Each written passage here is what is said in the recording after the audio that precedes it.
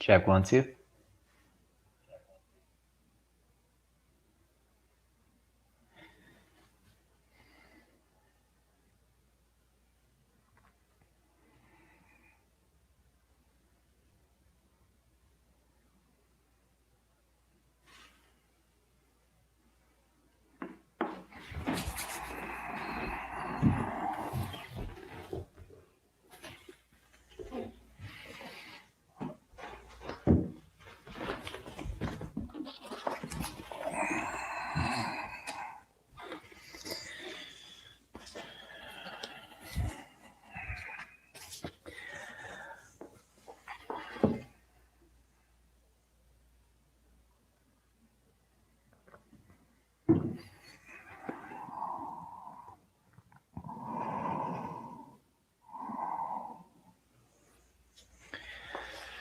All right, so good morning, afternoon, evening, wherever you are. Thank you for tuning in. And we've been working with Tantra Illuminated, and we were on page 111 last time, the 5 acts of God, or the 5 acts of consciousness, or the 5 acts of energy that exist within us. Okay, so the constant message of Tantra is that everything is consciousness. Everything is energy. It's the force of energy exists within us and all around us.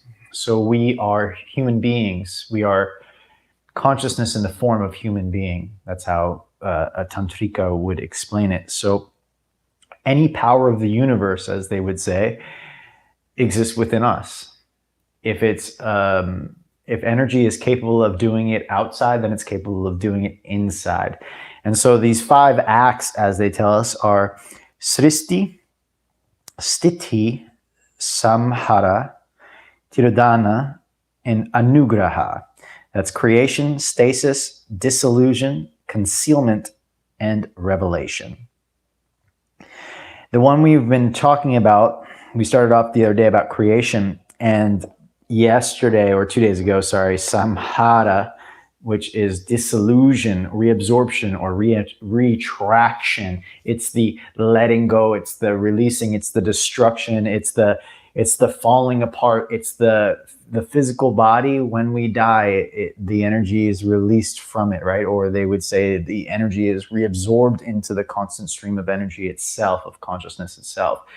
So the physical body eventually goes away, and the energy within it comes back to the ever-flowing source of consciousness around and within us.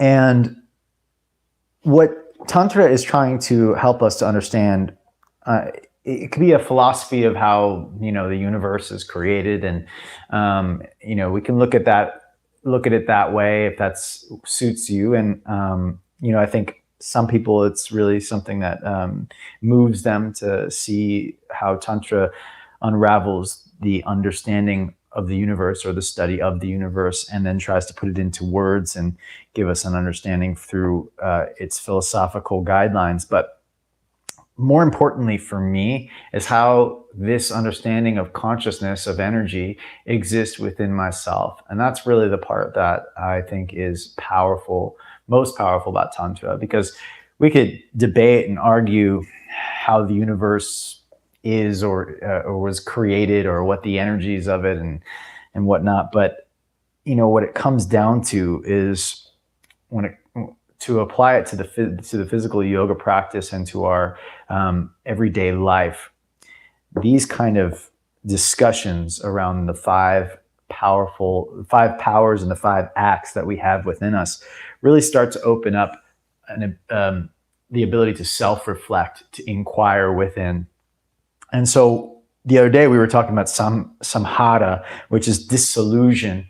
And I was talking about this idea of, okay, so if we look at this, we create things. That's one of our abilities to take action in our life, is to create something. The next thing that happens as a part of the energy of the universe, and that's within us, is we have the ability to sustain something. Okay, so let's talk about it in terms of relationships, because I think a lot of people can relate to that. If you think about your past relationships, the beginning phases of creating that dynamic between two people where you're coming together, two individuals that are starting to now, you create something with one another through conversation, through the things that you're doing together, and so on and so forth.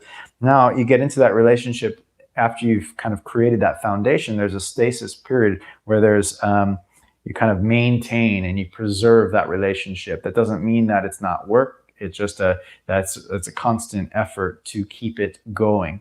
Now, eventually, the relationship will end, whether it's because of the two parties wanting to go different ways, or because of we know that inevitably one of us will pass and then the other will always pass.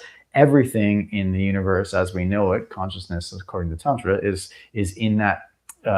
Is in those three things happening. So we have a creation, we are birthed, then we have sustenance, we have life as we know it, what we're doing right now, and then eventually the body comes back to death. So or reabsorption, it comes back into our body decays and comes back into the earth. The energy that was within this physical form goes back into the ever-flowing consciousness that is energy itself. And then we have concealment and revelation, which I'll save for another day. But disillusion, the question is, when we talk about our creations in the physical world, and this is what I want to kind of touch on the other day. I made a joke in one of the postures. Well, let me first go back. Sorry, a quote from from the book Wisdom of the Peaceful Warrior, paraphrased quote that is. We're unhappy because we don't get what we want. And even if we get exactly what we want, we're still unhappy because we can't hold on to it forever. So this is the human predicament, as Dan Millman, the author, writes in Wisdom and Way of the Peaceful Warrior. So this understanding that the human condition is to be unhappy because we can't get what we want. But then even if we do get what we want, we can't sustain it forever because all things in life dissolve. They reabsorb, they go back, right? They die, however you want to look at it. There's always destruction as a part or disembodiment or dissembling. This is a natural part of everything that is consciousness. And we could either fight it for our whole life, fight against it, or we can start to see the beauty within it. And I made a joke in the yoga practice the other day when it was really challenging, when we were holding a posture, we were very quick to want to lose the sustenance, right? And just dissolve the posture, get out of it as quick as we can. So when we dislike something, we don't like that. We love disillusion. We love dissolving it. We love breaking it apart and taking it down and getting out of it. We love it if we love that part of it. But if we love something, then we hate the dissolving of it. So there's this human attachment that is really at play, and where we have expectations, we have attachments onto something. If we really like it, we get attached to it, and then if it dissolves, we become miserable. Rather than recognizing, and I think this would probably solve a lot of our emotional pain, is if we recognize that all things that we love are only temporary, we probably pay closer attention to them and really embrace the fullness of those moments that we have. And there is something within us that I guess forgets, and I guess that would be tirodhana. There's a forgetfulness that we have. That's one of our actions, that we have the ability to forget. That part of us forgets that things won't last forever at certain times. And so we forget at times that the good people in our life or the good things in our life is not going to last forever. And so then we take advantage of it. We sit on our phone for too long, or we're not, taking it in with our eyes, the beauty of the fall. And, I think if summer lasted too long, we would get numb to it. But because summer is a set, season, especially in the Northeast here in Connecticut, you get to really appreciate those moments. And I know right about in that August where it's like a period of time where it's been warm for a while, I stopped I stopped feeling so like connected to it. And I just feel like it's the everyday thing. I forget how amazing it is until September hits and I go, oh my God, no, don't go summer. So what we want to do, I think what this is trying to tell us is that if we can recognize that all things that are created eventually, yes, they get sustained, but they also dissolve, then in those moments of sustenance, which is called sthiti, in those moments of sthiti, that we can really take the fullness of it in and be more present in those moments for longer periods of time. Appreciate with gratitude that we have that for the period of time. That way we don't take advantage of that stasis period of time, that sthiti, the prolonged period of time. And so we kind of squeeze the fullness of life out of those moments, recognizing that they're fleeting. All moments are. Okay, so the topic today, what I wanted to talk about was, I brought up the other day of letting go. Like, how do we let go? Because letting go is part of samhara. When we think about it from a mental standpoint, we create stuff when we can sustain it, but everything that we create will dissolve. I remember there was a quote in a book, I can't forget who it was, but they're saying, knowing that everything you create will eventually fall apart, it'll eventually fail, do you still create anyway? And the question was provoking this sort of self-inquiry in us, that we can recognize that we don't create for permanence. We create for the sake of creation itself.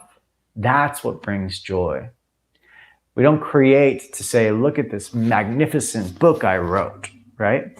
You create because the act of writing the book is cathartic, is healing, is there's something so special about it. Now, you do have it. It sustains for a period of time, but eventually this philosophy is going to burn away and this book will be proven false. And, all of that stuff. Well, people will, if not already, think this guy is in a cult and, whatever. All of that stuff is a part of life. So in the creation process, it's not about what we create, but creation itself is what we're trying to take advantage of and be fully present with. So when I talk about letting go, it says, essentially it's an action of consciousness.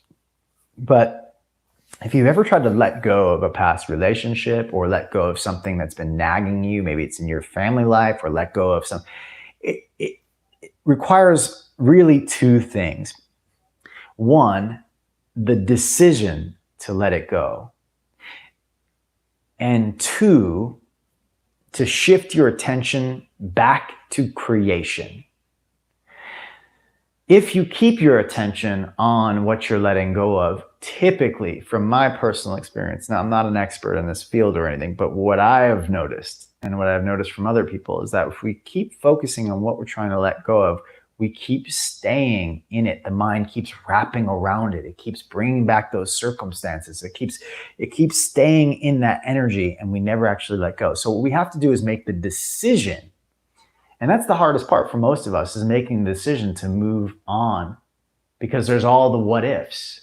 There's all the oh no's. What happens if? There's the reservations that we have, that what if it doesn't go well? What if I go there and, I don't have that safety net behind me of the past or whatever it is. So to let go of, we have to actually make the decision to step into the risk of the unknown, because what we're letting go of is known. Whether we like it or not, the past that we're holding on to is the known. We know those circumstances. We know what happened. We don't know what's going to happen next. So it's hard to step into creation mode, because creation mode is stepping into the unknown. It has not been created yet. And so there's a feeling of uncertainty that happens in creation. And that once the momentum builds, that feeling of uncertainty becomes joyful and exciting. But before that momentum starts to build, it is very challenging emotionally, mentally.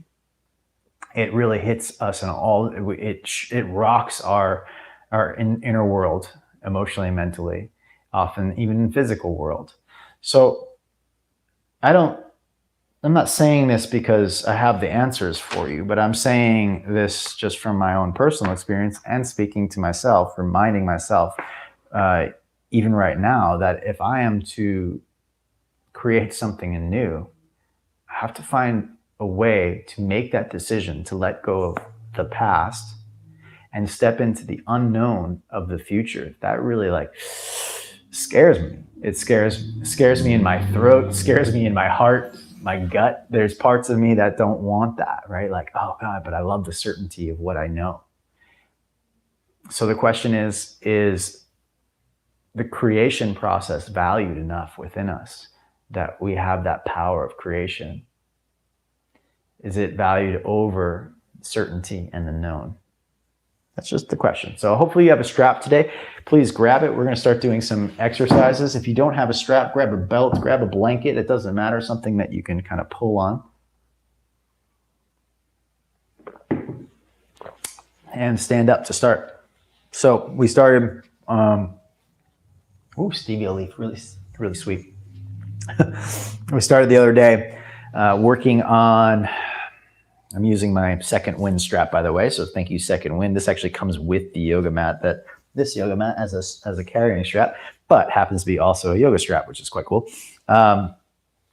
So we started with twisting postures the other day and trying to get twisting in a bound position, really super hard.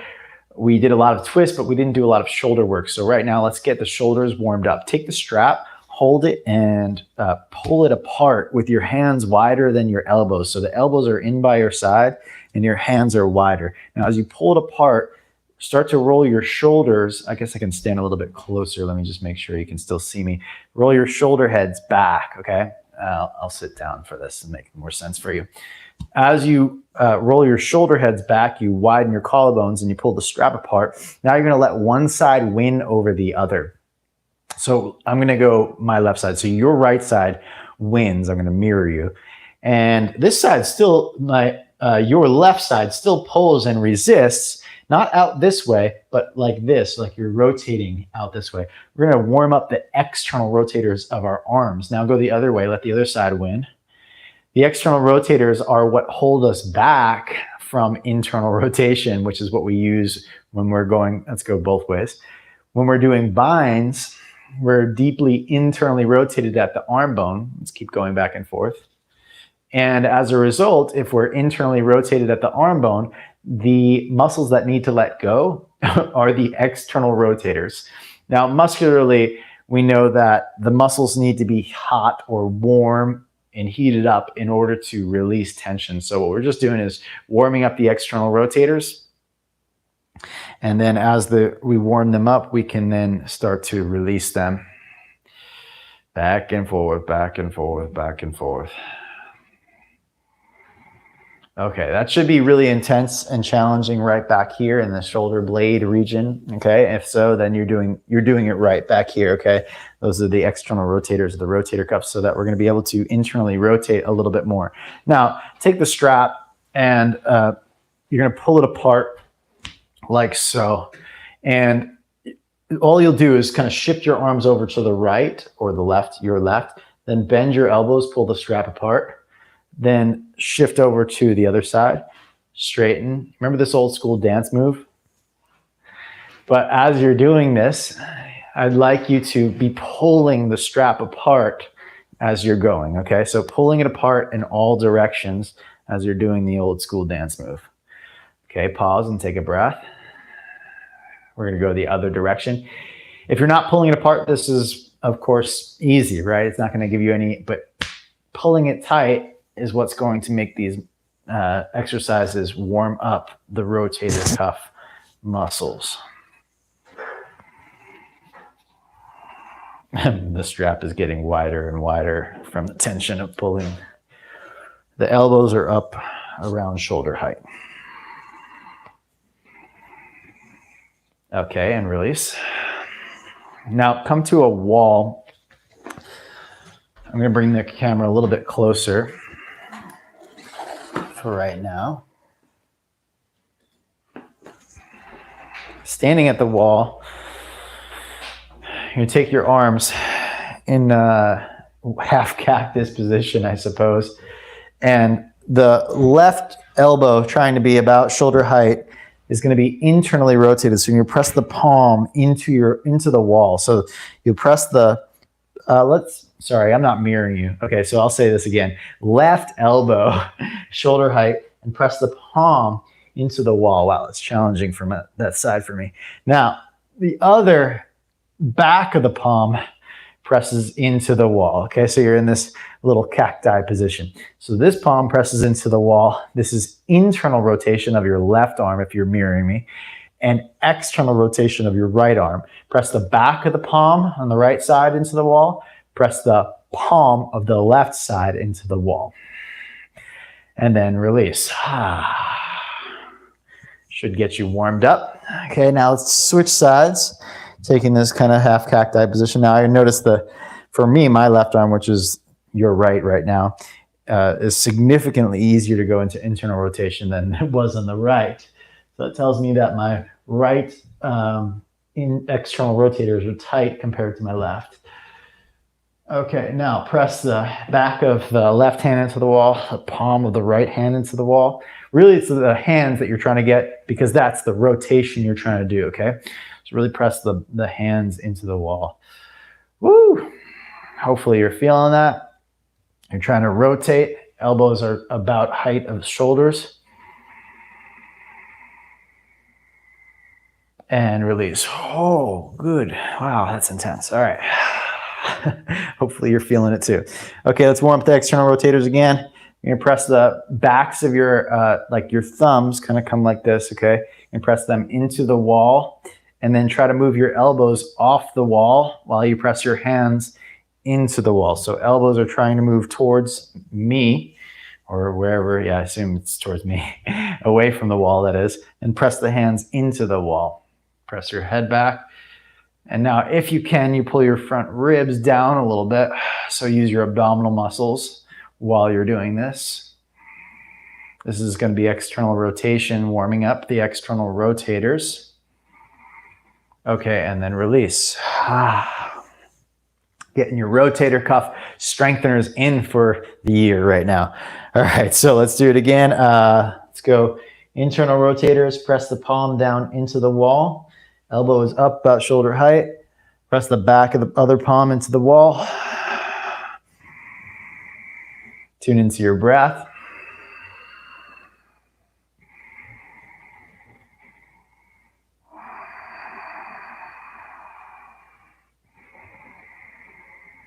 And switch. Press the palm into the wall. Press the back of the palm into the wall. Elbows up about shoulder height. Tuning into your breath.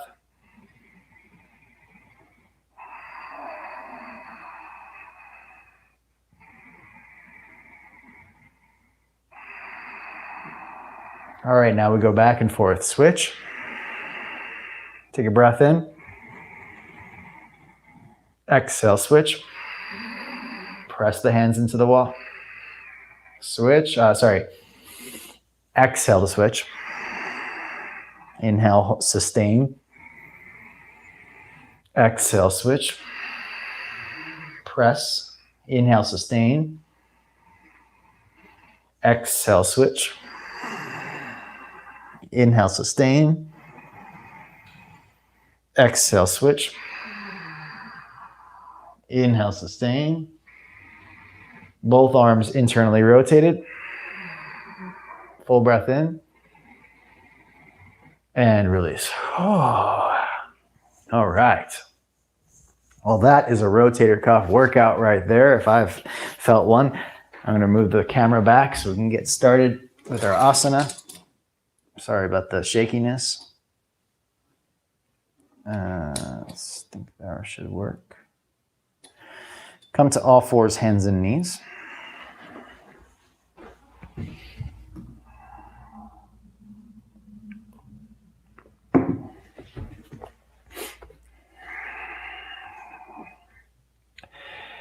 And let's take the right arm underneath, thread the needle. Take the left fingertips to the ground, bend the elbow. This is internally rotating the arm to wing the elbow up to the sky. And then you can take your twist, look underneath your left armpit. Okay. Breathe into your left rib cage here.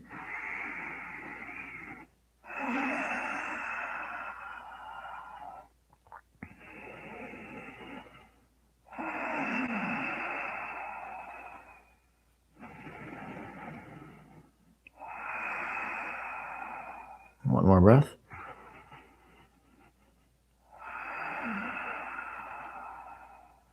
Come on out of it. Second side, thread the needle. Wing the right elbow up to the sky. Breathe into your right rib cage. Now, letting go in the muscular system, it also requires that decision to just simply kind of surrender or release into the posture. You can do that on the left side of your body. And then the creation is on the right side of your body. You really kind of push your fingers into the ground to turn your chest and wing the elbow up. So the effort's on the right side, the surrender is on the left.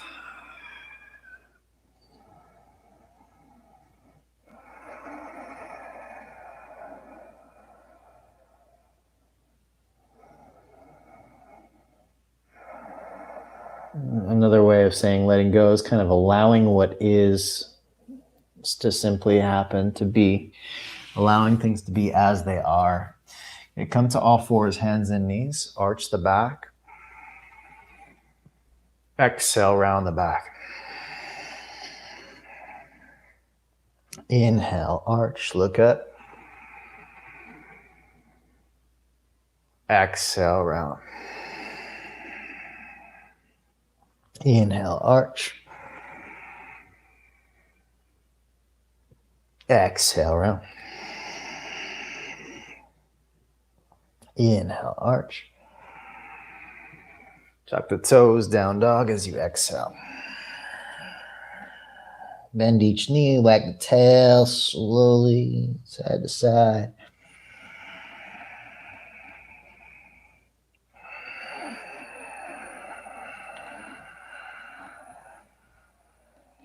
Shift forward into plank pose, round your back. Let's warm up the core muscles.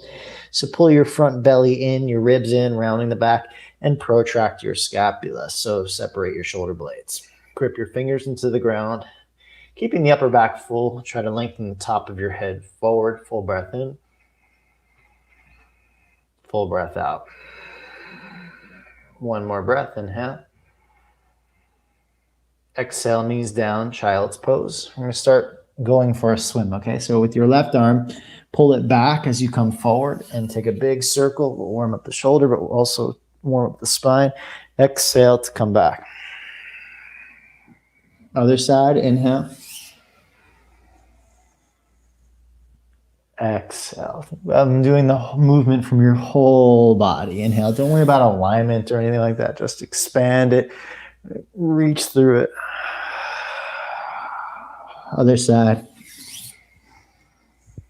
There's no way to do it perfectly. Just move and open it and think about reaching to the furthest point.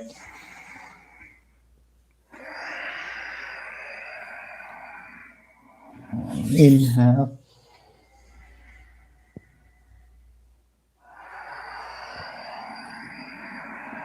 Keep going.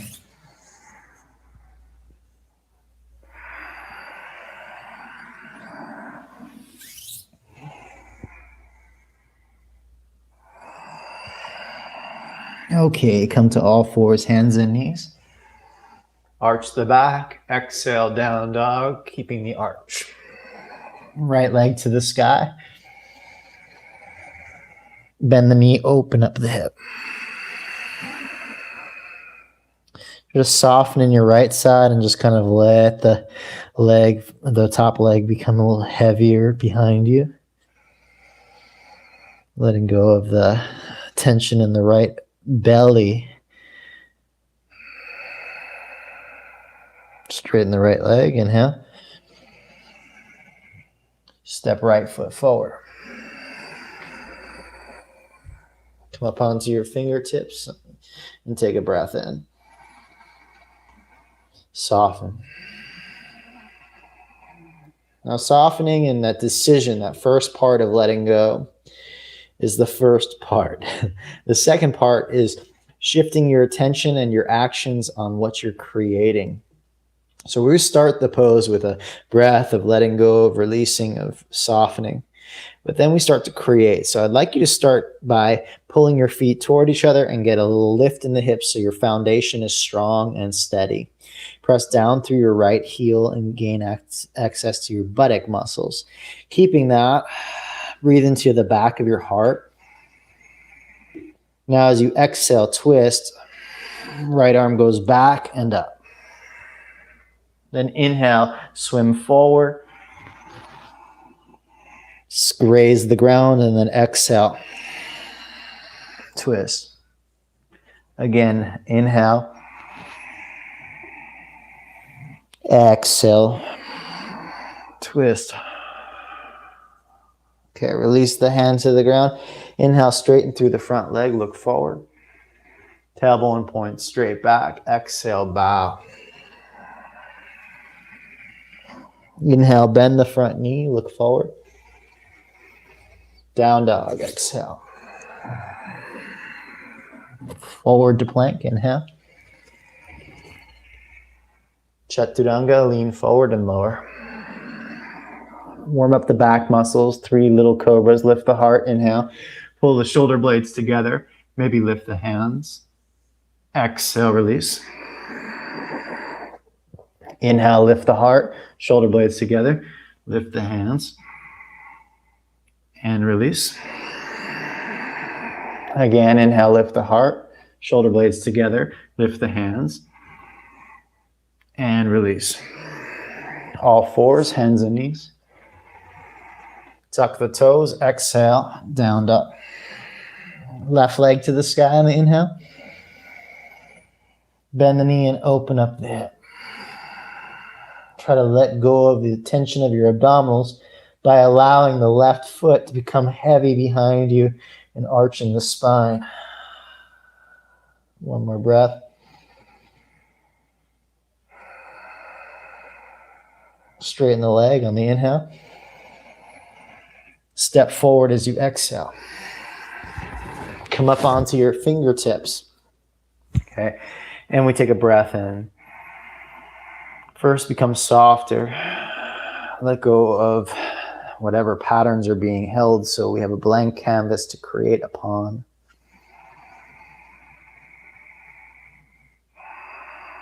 Now gather strength in the legs, form a foundation that is solid and steady so that we can move upon it, right? So pull your feet toward each other and press your front heel down until your buttocks firms up, tailbone points straight back. Get lighter on the fingertips by rounding the back slightly. Now we take a breath in. We use the exhale to turn the belly to twist. Inhale to rejuvenate, bring it back to the earth. Exhale. Inhale.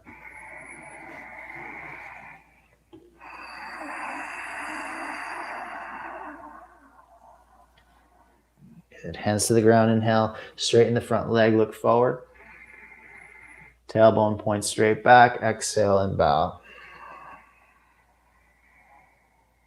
Bend the front knee, inhale. Down dog as you exhale. Plank pose, inhale. Chaturanga. Slide fingers wide around the back, inhale, feet wide. Soften your heart. Inhale, lift the heart. Exhale, release. All fours, hands and knees. Exhale, down dog. Just take the right leg to the sky on the in-breath. Step it between your hands and turn the back heel down. Bring the right palm on the inside of your right foot. Okay. With your left hand, we take a breath in. As you exhale, drag it back. Open the heart. Inhale to release. Exhale. Be a little more expressive with it today. This is about creation. And then again, exhale. Inhale. 2 more.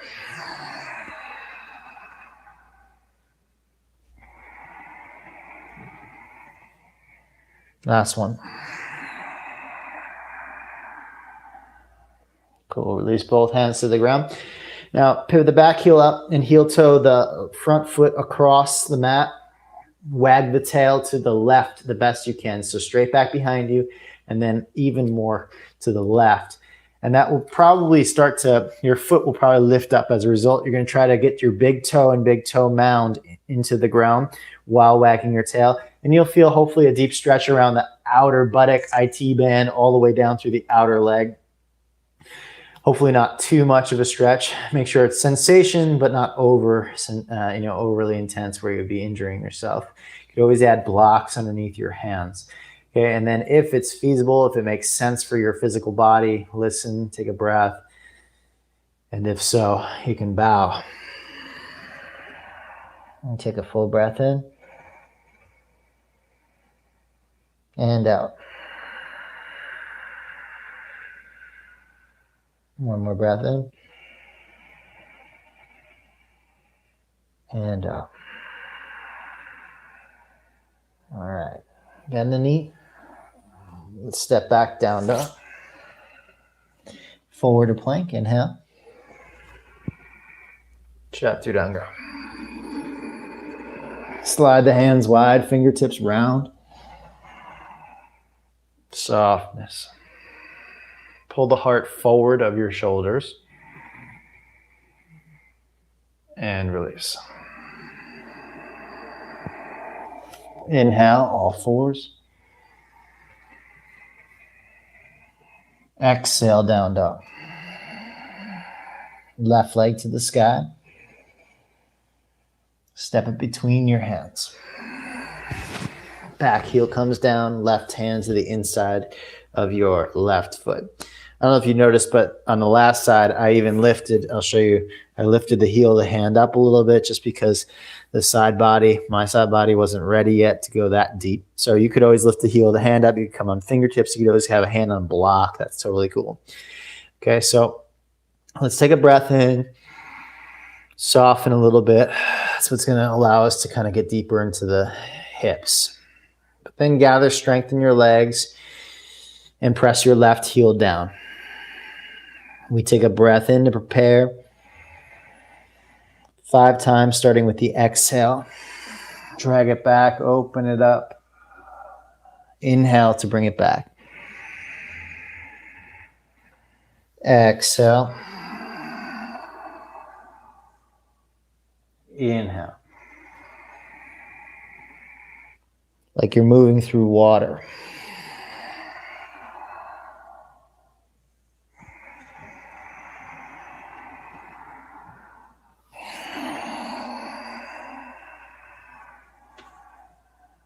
One more.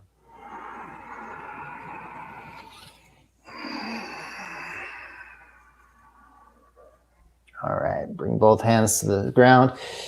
Back heel lifts, pivot the front foot across the body, across the mat, across the midline, and then wag your tail straight back and even beyond if possible. That's going to stretch more of the outer buttocks through the IT band, which oftentimes gets in the way of our ability to stretch. If these muscles, our ability to twist, if these muscles are tight, then it limits our ability to take a full twist in the spine. So we're just getting those a little more awake right now as you bow and release. I'm sure while you're here breathing, I'm sure that you're asking yourself, why are we exhaling when the hand is going up? A lot of people ask me that question. So it's a twist. When you go deeper into a twist, you want to use your exhale, so that what happens when you inhale is your diaphragm, even if you're trying to keep the diaphragm lifted, the diaphragm inevitably pushes downward towards the belly some amount on the inhale. And what that does is it limits your ability to twist. It unwinds your spine. It'll like inevitably unwind your spine. So if you twist deeper on the exhale and use the inhale to actually unwind a little bit, you follow the movement of your breath, you'll notice that your body will go into the pose deeper, like more naturally. Okay, bend the front knee, place the hands down, step back, down dog. Forward to plank pose, inhale. Lean forward, chaturanga. Slide the fingertips around the back. Soften. Pull the heart forward and up. And release. All fours, hands and knees. Tuck the toes, exhale, down dog. Let's take a full breath in. And out.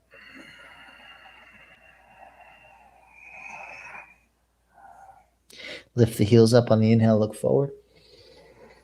Walk, step, or hop to the front of the yoga mat. Halfway lift when you get there. Exhale and bow. Bend your knees, rest your chest on your thighs, and now interlace your hands behind your back. You could use a strap if your hands don't interlace so much, since we have one nearby. Okay, I'd like you to draw your shoulders towards the ears first, then retract your scapula, then reach the hands back behind you. Currently, your arms are in internal rotation. You can accentuate the internal rotation of the arms by pressing into the thumb side of your hands. And I'd like you to just observe when you press into your thumbs where the stretch is or what sensations you feel. Just note. Okay, we all have different patterns, so that's going to have a different experience for each of us. Now go the opposite way, please. Press the pinky edge of your hands toward each other. See where the stretch is now. That's more external. I mean, you're still in internal rotation there, as long as your hands are clasped, even if you try to externally rotate. But just notice the sensational difference. Okay, and then release your hands to your hips. Rise all the way up to stand. All right. Rotate the palms outward all the way up at the biceps, so externally rotate the arms. Let's warm up the external rotators. Every time we're in Tadasana, rotate the arms out and then try to pin your thumbs towards the, I can never do that, but towards the back of your thigh there. Try to get your thumb to touch the back of your thigh. Ugh. Some of you won't have a problem with that, and your hands will be quite close to your thighs. I have a carrying angle, so the arm goes out a little bit. Makes it a little more difficult for this, not making excuses, really. I'm doing my best. That's the important thing. So just letting you know that some of us have an angle at the arm that we call a carrying angle, which makes it harder to get the hands on the thighs, but the directional squeeze of the thumbs towards the back of the thighs is what's most important. That's what's going to warm up the shoulder muscles. Okay, take 2 more breaths. Keep rotating the biceps outward, palms outward, and try to really squeeze the backs of your thumbs towards your thighs from all the way up at your shoulders. 1 more breath. And release.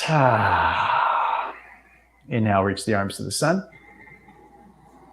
Exhale to the earth, bow, Uttanasana, forward fold. Halfway lift, inhale. Left foot steps back as you exhale. Place the back knee down. Inhale, Anjaneyasana. Exhale, hands to the earth. Inhale, plank. Chaturanga. Slide hands wide, feet wide. Inhale, round. Soften heart forward. Let the belly relax. Pull the heart forward and up. And release. All fours, hands and knees. Exhale, down dog. Right leg to the sky, please. Inhale. Step forward as you exhale. High lunge. Inhale, rise up. Exhale, hands on the front knee. Okay. Back thigh buoyant and light. Front heel active, so your buttocks is firm and you're steady in your stance. Round the upper back. Take your fingertips together out in front, like you're holding a big ball. And then turn your spine to the right. Really try to focus on your heart, the back of your heart twisting.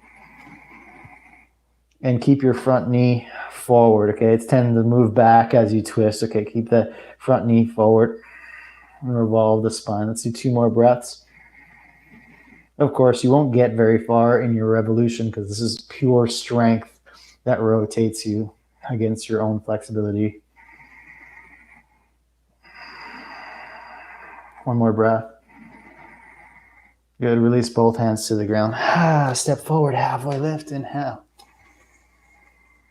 Exhale and bow. Rise to the sun.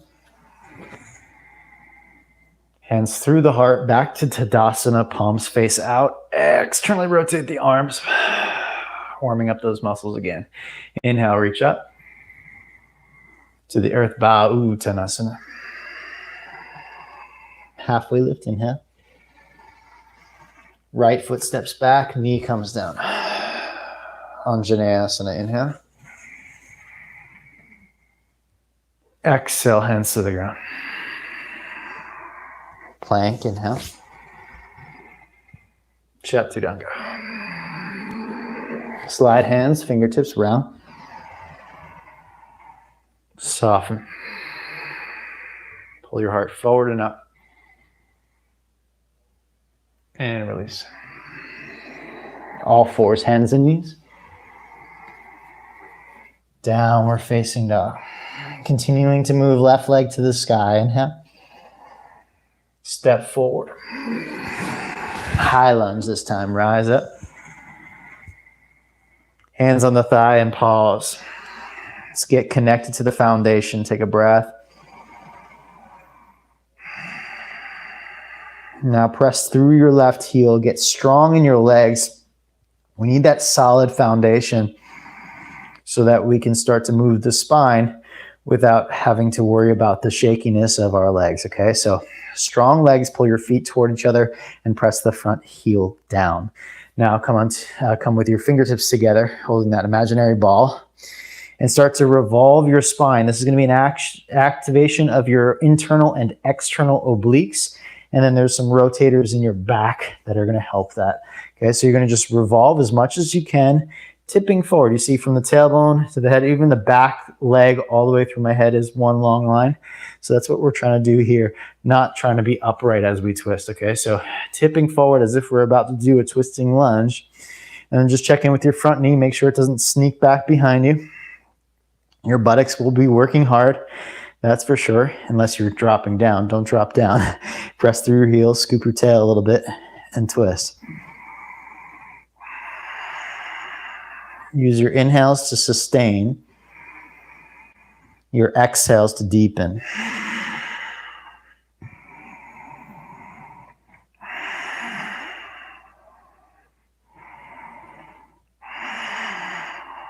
Inhale to release. Step forward. Exhale and bow. Inhale, rise to the sun. Hands through the heart, back to Tadasana, palms out, externally rotate.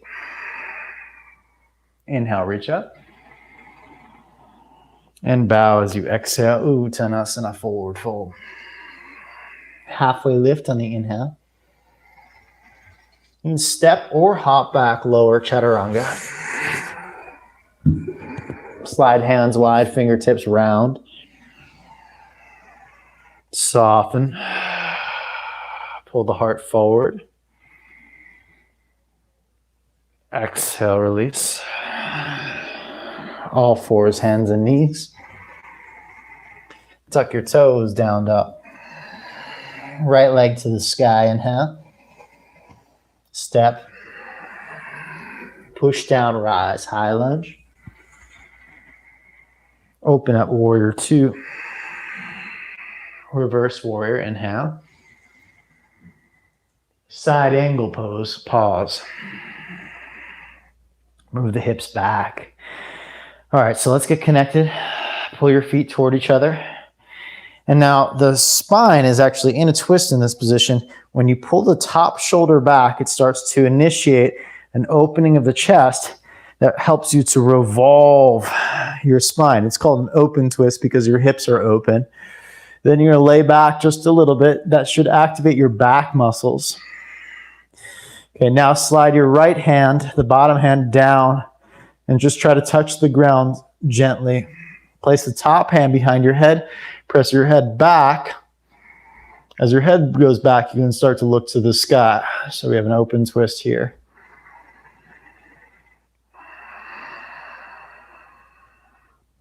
Let's sustain this posture for a few more breaths.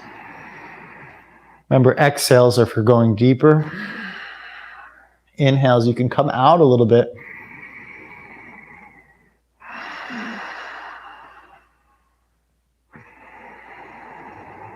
So the pose is always pulsing. It's never just like stagnant, okay? Release. Woo! Back knee comes down. Take the front foot out to the right. Turn it out. Left hand to the left. And let's take a thigh stretch. Twisted monkey pose. Reach back and grab for your foot. You could always wrap a strap around the foot, of course, if the hand doesn't grab the foot. Open the heart.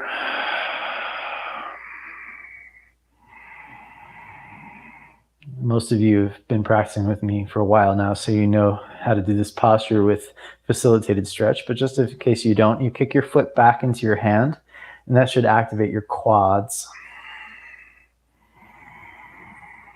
Many of us don't realize is that when we do a thigh stretch like this, it goes all the way up into the abdomen because there's a muscle called psoas major that attaches to the inner thigh bone. And it goes all the way up to about T12, which is midsection, right where our rib cage meets the soft tissue of our abdomen. This muscle's a long muscle, psoas major. It gets all knotted up for many people. So, okay, release. So we free it up a little, make our twist more accessible. You're gonna take your right leg up and back. And then step your right shin across the mat for pigeon prep. All right, so now this pigeon pose, the back toes tuck and move your heel back. That will stretch your front hip a little bit deeper. Now it's gonna be a twist, so take your left forearm to the ground like you're gonna do thread the needle pose. And then if possible, I'll face you for a second so you can see some of this, of what's going on up front. You either keep your right fingertips right where they are, or you might place, if this is on my right side, it's more challenging, I'm a little tighter on the right hip. So you might place the right hand to the right knee, press down and lean away from the knee. Let me see if I can turn a little more for you.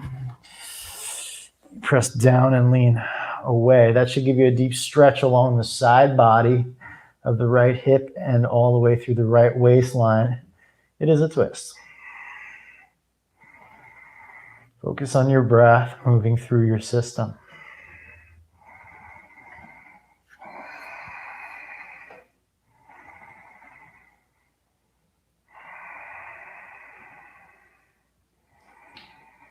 All right, and release.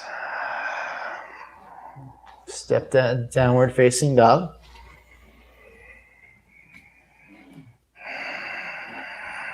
On the next breath in, shift forward to plank pose.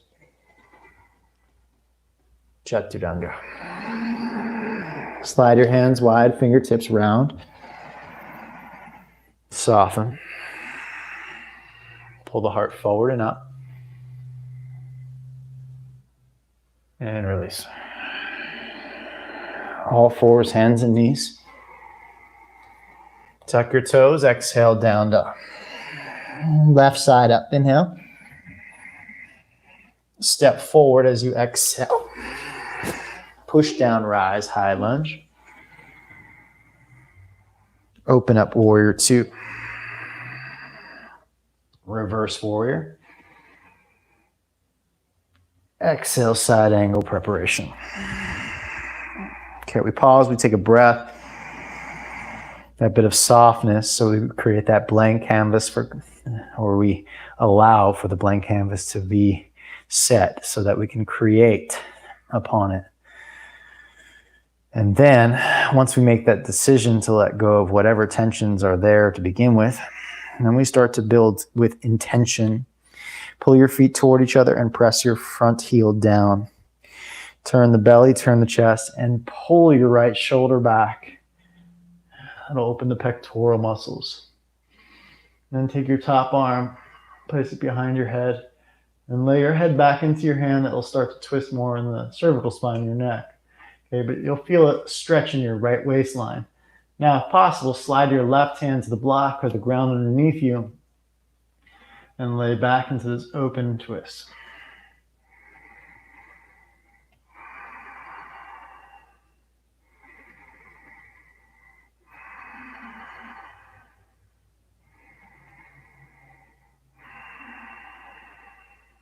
One more breath. And release. All right, step three-legged dog, inhale. Oh, don't do that. Well, yeah, fine. Three-legged dog, left foot outside the left hand. We're halfway committed, might as well go. And take the right hand out to the right. And we take our thigh stretch here. The quads especially hold, for most people, a tremendous amount of patterns, tension. They're synonymous, arguably speaking, with fight or flight. They get triggered, and those muscles are what we use to run or to kick your foot back in your hand in this case. And so usually they challenge us mentally, emotionally, unless you have a positive relationship with thigh stretches, which is buildable over time. I hated them in the beginning. I love them now. I'm positively associated with them. So the appropriate dopamine hit comes out when I do it, basically. And eventually you can associate it with that as well, where you get a positive relationship with your quads and your thighs and your hip flexors and your psoas. And that'll just free up the midsection, your back, and allow things like back bends, twists, side bends, and forward folds to be much more accessible, more easy. It's not directly as, say, stretching your side waistline, but because of where the psoas lies, how it goes all the way up into the spinal column,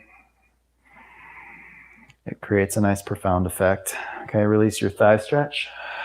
But it's also about letting go of tension, right? So if you can release in that tension, when step back to down dog, when most people would otherwise grip a lot of holding, if you can create a non-holding pattern in there, a decision to let go of the holding, then usually you have a little more access to that throughout your whole body. It's not necessarily true for everything, but there's a learning in that. Okay, take your left shin across the mat.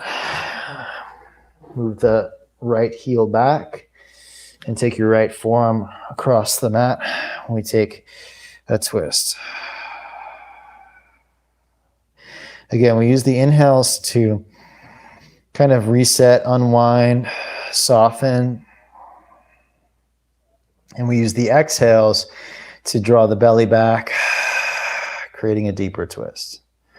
Now, you don't have to push yourself every time to go deeper and deeper and deeper, but rather develop a listening to what is. That's one thing I said earlier, right? Part of letting go is just acknowledging what is. It's not only an acknowledgement, but it's an allowing of what is. Usually what we're trying to do when we're not letting go of something in the past or something that we've created or whatever it might be, something that we're not willing to let go of sustaining wise, we want it to sustain forever. What we're really doing is we're not acknowledging what reality is, and we're trying to live in a fictitious world that doesn't exist anymore. And it's sad and it's unfortunate and it's hard. It doesn't make it any easier. I'm not claiming that by any means, but at least we can acknowledge the natural flow of energy within life when we do that. Okay, come on out. Oh, yeah. Down dog. All right. So taking an observation of your body so far.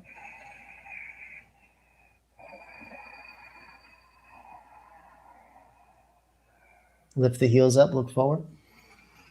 Empty breath, hop. Halfway lift, inhale. And bow. Bend the knees. Take chair pose. And twist left elbow to right thigh. I'll face, okay, I'll mirror. Place the palm on top. Now, there's a certain amount of letting go that has to happen so that we're not working against ourselves. But there's also a certain amount of commitment and creation that has to happen in order for us to actually create a twist. So sit low, pull the belly back and rotate. Now, is it possible to push your your right heel down into the ground and lift your elbow very slowly, round your upper back slightly, lift your elbow up off of your thigh, and lift your heart up so that you can then open your hands without touching the knee. Now, forward fold a little bit, keep the knees bent, and see if you can touch the ground. Take a breath in. Exhale, belly back. Twist. Good. Come on up. Use your hands, please. All right, so the question is how much strength, how much release? That's part of the exploration that takes time. I can give you all sorts of technique, and you know I love to do that, but there's a certain amount of feeling it out that has to happen where you observe where you're holding a lot of tension and where you can soften into it. And then once you soften into it, I say start with softness and then use activity. So you notice when we come into a new pose, I'm always take a breath, soften, release a little bit. Then from there, you have a blank canvas to create, okay? So step one, make the decision. Step two, then create. And then step three is the result of that is letting go, basically, in life. So what we do is we first take a breath in and twist the other direction. So for you, it's going to be to the left. I'm mirroring currently. Top shoulder pulls back. That'll initiate more of a twist. Now, right now, you're probably using your bottom shoulder muscles to really twist rather than your core. And that's okay. I want you to use that for right now. For the next breath, exhale, twist. So that your midsection is passive. It's more relaxed. But now draw your belly back towards your spine. Try to shrink the abdomen like a 80s swimsuit edition model or something, trying to do photo abs or whatever it is. But not photo abs, more like that suction the waistline in as if you're super skinny for today for some reason.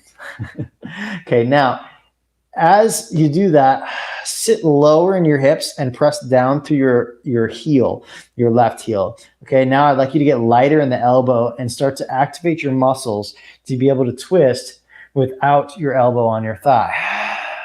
Now, exhale, open the arms and see if you can, without touching your thigh, reach toward the ground the best of you can. You'll get a touch somewhere in there, okay, once you touch the ground, yes, but you're gonna try to really get down there. Then lay back into the pose. Lay back like you're just kind of getting wild. Pull the heart through a little bit. Pull your head like you're coming through, like a turtle coming out of its shell. And then hand to the thigh and come on up to unwind. Oh, yeah. All right. Fingertips to the ground, press the heels out. Stick your bum to the sky. Full breath in. And bow.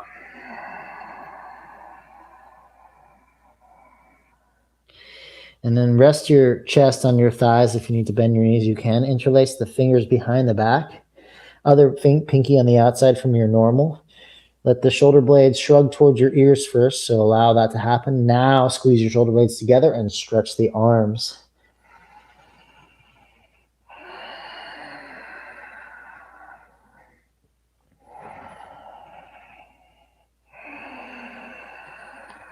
Press the back of your hamstrings apart.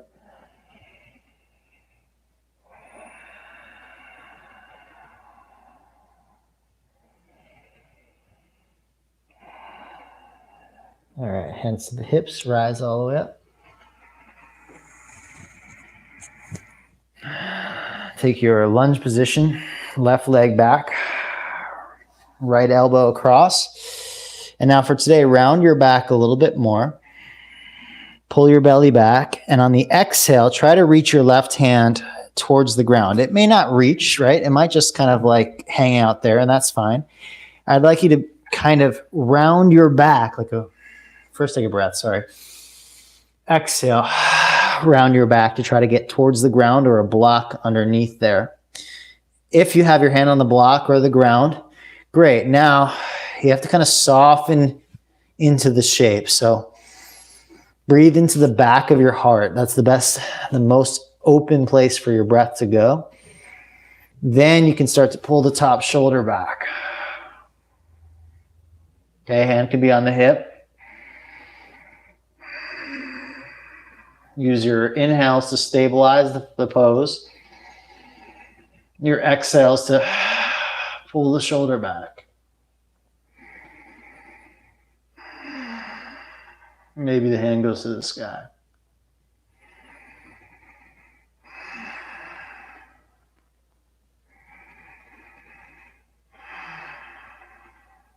Okay, inhale to release. Step to the front of the mat.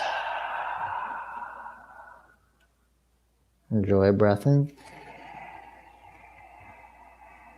Bow forward. Okay, second side. Right foot goes back. Bring your hands on your knee. Foundation, foundation. Settle into it. Gather strength in your legs. Round the back. Now, this is first and foremost a softening, draping your body over and to the left. Now, a block underneath the right hand is probably what you need. Okay? So first, just kind of get settled there. See, this hand is still helping a little bit. I use my exhales to rotate the spine. And the hand comes to the hip. It could be on fingertips, could be on the block, whatever, it doesn't matter. Just use your exhales to rotate. Your inhales to kind of reset the mind and connect to the balance.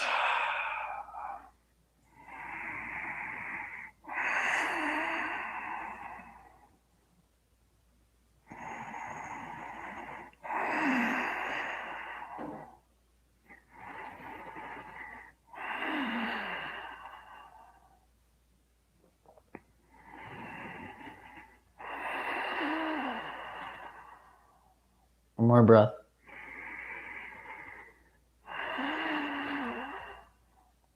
Inhale to release. All right. So,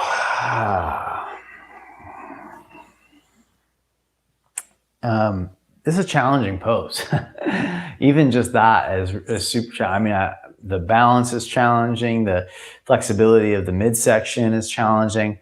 There's no doubt about it. I mean, it doesn't wind up, displaying on the outside just how challenging it is inside. So give yourself a break, please. But I'm going to grab the strap because the next section,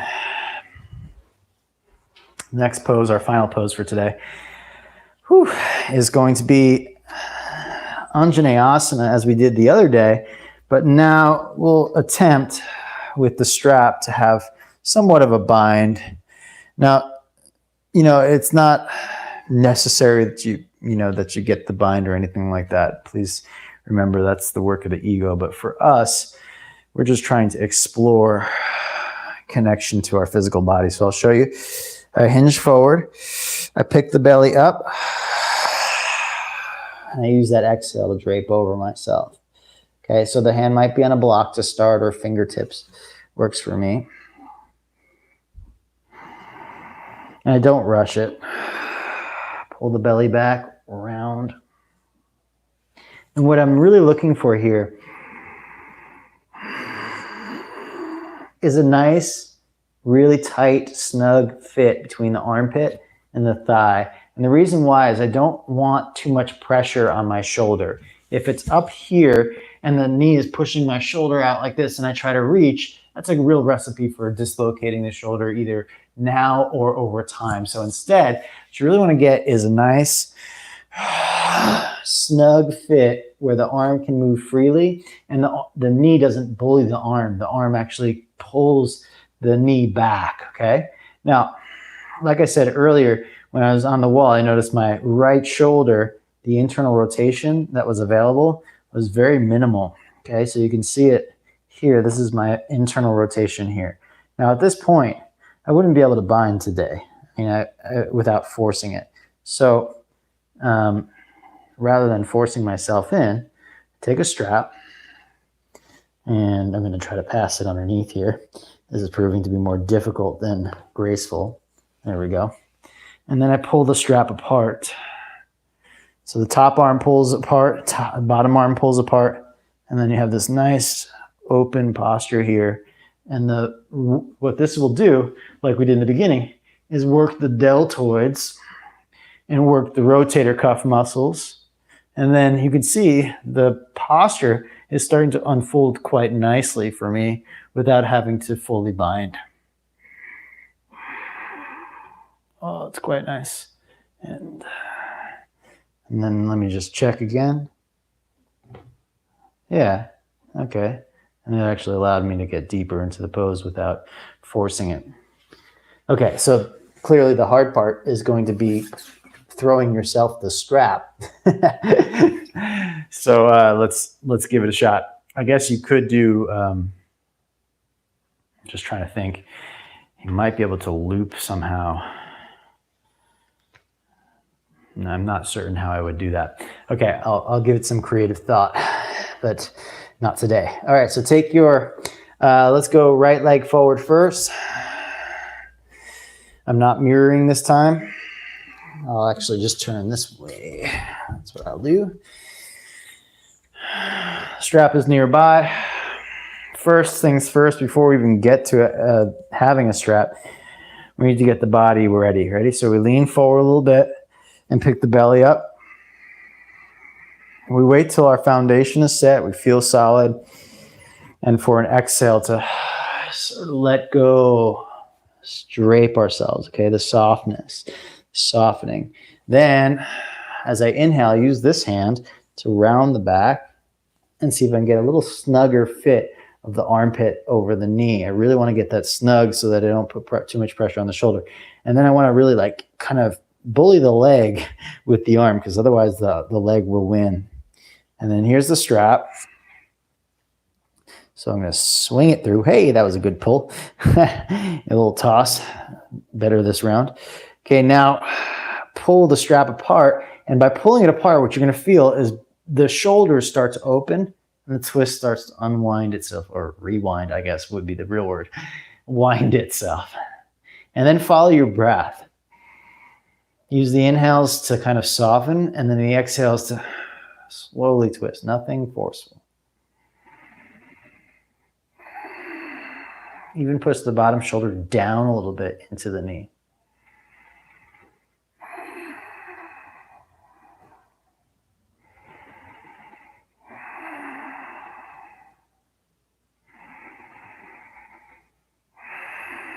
The inhales are behind the heart and the sides of the body. That's where you breathe into.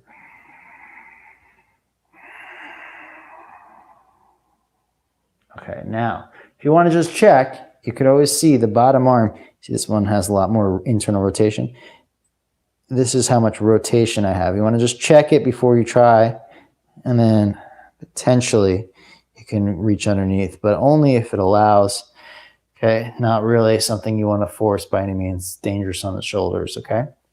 Release. Whoo, yes. Second side.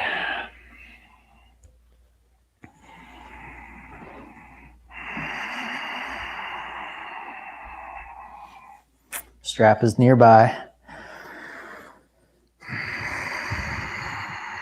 We take a breath in, belly up, exhale to drape ourselves. That's the letting go, creating the blank slate for what we're going to create. Use the left hand to get a little snugger, a little tighter.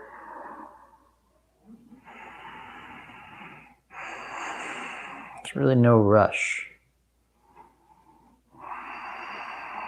The body will tell you when it's ready, if it's ready today. Maybe not today, maybe not tomorrow. Just continue to ask it. It will guide you. Okay, so you have this strap as an option. You have to master the art of throwing it through. Not so good on this side for whatever reason. I guess I could also throw it through this way. No, that's really hard, I guess. Sorry, I don't have a better way. Okay, once you get the strap, if you have a better idea, please post it in the Facebook group for me. Pull the strap apart.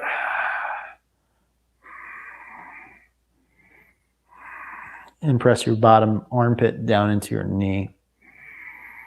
This is a hard, challenging pose to even get to with a strap. Let's be real, okay? So if you're not in the full thing with the strap here, and you're just placing your palms together in front of your heart, you're just working your armpit on your knee, same rules apply. Can you breathe in through the back of the heart? And exhale, turn your belly. Right? So you're just focusing on that.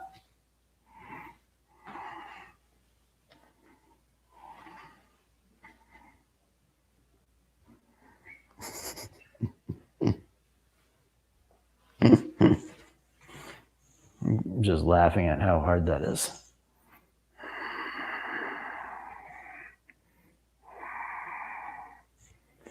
All right, and release. I guess that, oh, look at that, I figured it out. Maybe if you come in from a straight leg like this. Okay, so you have the strap, bring it through, grab the strap, and then you do everything. Learning. Okay, always learning. Please come onto your back.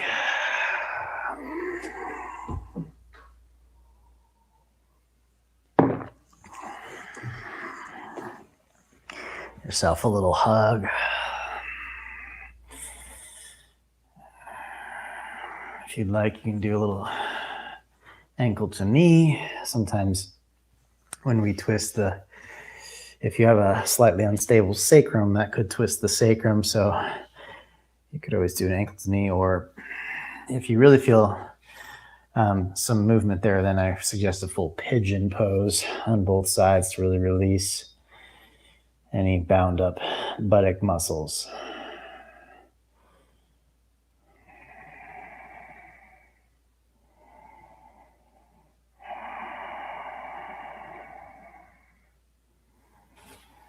All right. And again, if you have any buttock discomfort or low back discomfort after those poses, likely that your sacrum kind of moves a little bit. And so I would suggest the pigeon posture, both sides for sure. Otherwise, let's stretch out into Shavasana.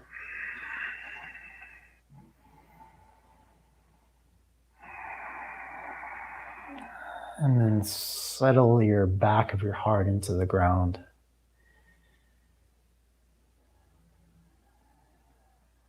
Take a breath through the nose, out through the mouth.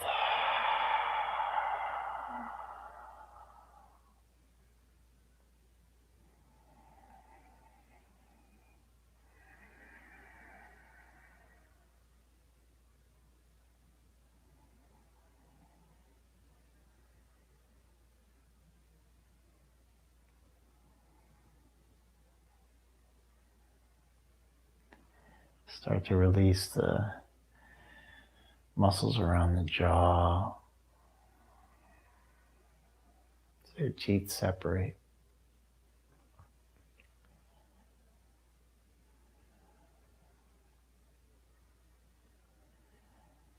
Relax the feet, the pelvis.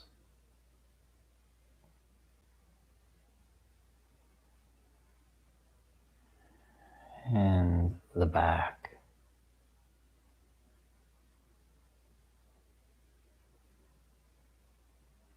Shoulders.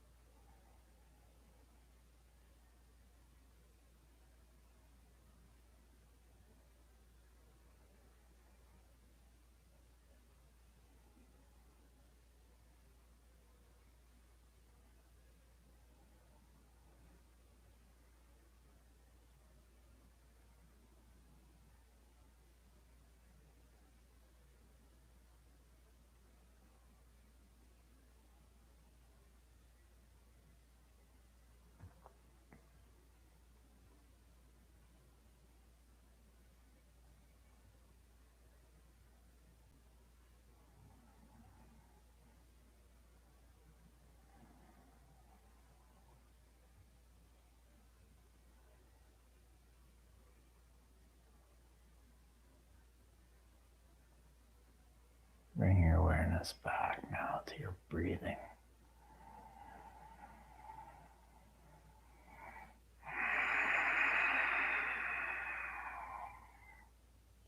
Awaken slowly with your breath, the fingers and toes.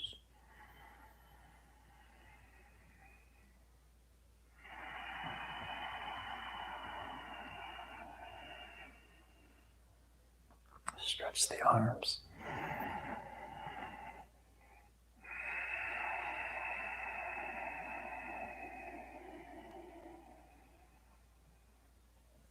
And roll to your side to come up to a seated position.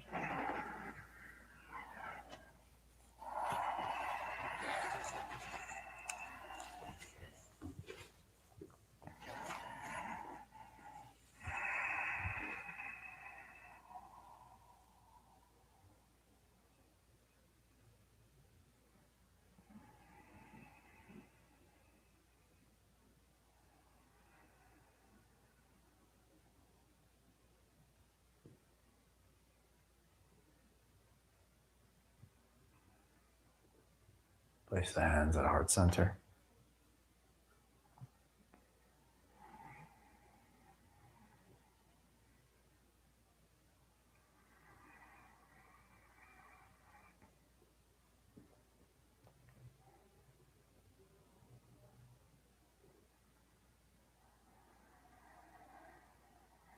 challenge of letting go of what we know, the safety of the past, what we've already created, what we are attached to, is undoubtable. It's not easy, but it is possible to move through it if we desire the creation, if we honor the creativity within us as one of the magnificent actions that we have that we are capable of as a form of consciousness. So when we make the decision to finally let go and focus our attention on what we're creating, while that transition is very challenging, once we are in the flow of the creation, there's something magnificently beautiful about creating itself that we can look forward to on the other side of whatever is challenging us currently. Bowing in honor of the natural unfolding of nature itself, of us as humans, of consciousness. Namaste.